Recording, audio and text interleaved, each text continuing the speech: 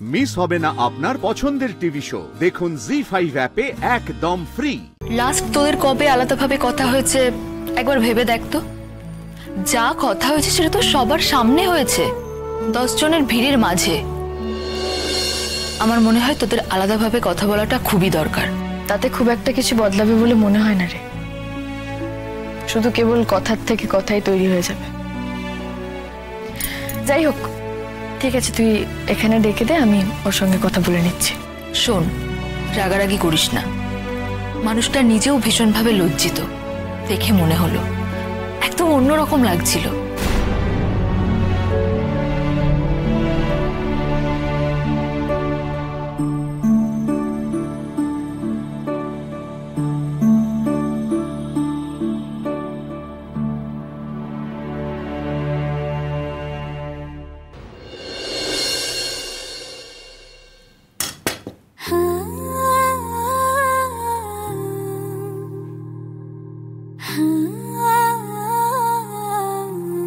আসবো।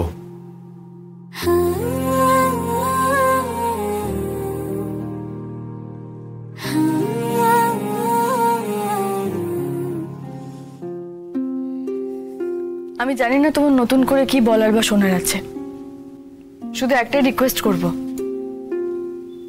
এটা আমার বন্ধুর বাড়ি। আজকে তুমি এখানে এসেছো, তোমাকে অ্যালাউ করেছে, ঠিক আছে, কিন্তু আমি এক্সপেক্ট করব আমি যতদিন ওর বাড়িতে আছি তুমি এরকম দুমদাম চলে এসে ওকে আর ডিস্টার্ব করবে না। বেশ, আর আসবো না আমি।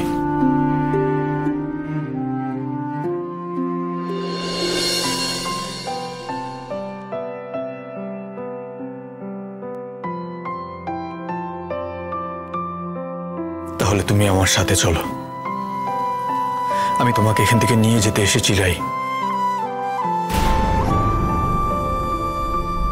প্লিজ, এইভাবে তোমার সুযোগ সুবিধা মতো তুমি যখন তখন আমার হাত ধরবে, তোমার সুযোগ মতো ছেড়ে দেবে, এতটাও সস্তার কিন্তু আমি নই। আর প্লিজ এমন কোনো নাটক করো না যাতে এই ঘর থেকে আমাকে বেরিয়ে যেতে হয়। তোমার যা বলার আছে তুমি বলো। আশা করি তুমি ভুলে যাওনি আমাকে কি কি বলেছিলে। এটা একটা বিয়ে বিয়ে খেলা ছিল, কাজেই আমার এই সহজ সরল মুখটার পেছনে যদি কদর্য কোনো মুখ লুকিয়ে থাকে যাকে তুমি এখনো হয়তো চিনে উঠতে পারোনি, তাহলে কালকে আবার তোমাকে পস্তাতে হতে পারে, তাই না? সরি রাই, আমি সত্যি অনুতপ্ত। যা কিছু ঘটেছে, আমি যা যা বলেছি সে সব কিছুর দায় আমি নিচ্ছি রাই। তাই তুমি একবার একটা সুযোগ দাও আমাকে, আমার সাথে ফিরে চলো রাই। আচ্ছা রাই, আমি কি করলে আর কিভাবে ক্ষমা চাইলে তুমি আমার সাথে ফিরে যাবে বলো তো? আমি কোনো উপায় খুঁজে পাচ্ছি না অনির্বাণ। সরি, এই বিষয়ে আমি তোমাকে হেল্প করতে পারবো না। আমি সত্যি জানি না তুমি ঠিক কি কি করবে। আর আমার মনে হয় আমি আর ফিরতে পারবো না। জি5 ডাউনলোড করুন আর সব এপিসোড দেখুন একদম ফ্রি।